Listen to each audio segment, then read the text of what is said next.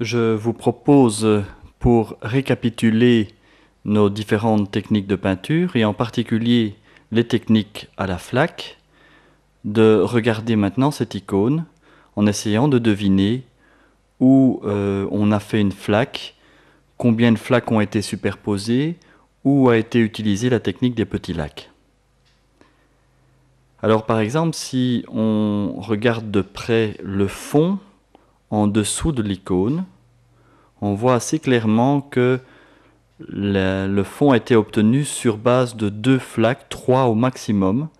Une première jaune, un jaune d'ailleurs qui a été appliqué en fond partout sur l'icône. Ensuite, il y a eu une flaque ocre rouge. Et sur cette flaque ocre rouge, une flaque verte. Et donc en 3 flaques, on obtient déjà toute une profondeur. Un peu plus haut, on voit que de façon plus discrète, on a appliqué des flaques ocre jaune. Sur les rouges, on a appliqué simplement sur le fond jaune des flaques rouges. Et pour obtenir le vert, on a le vert plus clair des toits ici.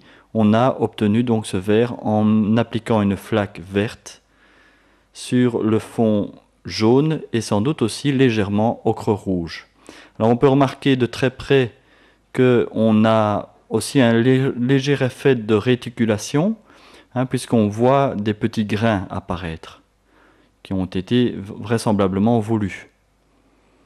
Voilà le rouge ici du voile posé sur les 2 bâtiments.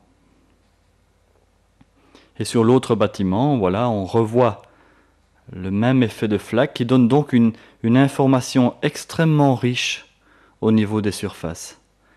C'est très difficile d'obtenir une telle richesse d'informations, par exemple avec la technique de la peinture à l'huile. Avec l'aquarelle, on peut y arriver parce qu'on travaille avec la structure du papier. Regardez ici le petit toit de ciment.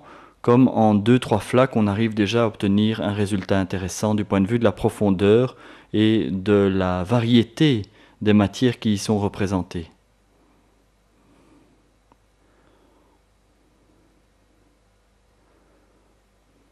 On peut deviner également en dessous du vêtement ici de Anne le travail du trait préparatoire. Donc là, on était encore dans le dessin. On va évidemment reprendre maintenant le trait pour donner les éclairages.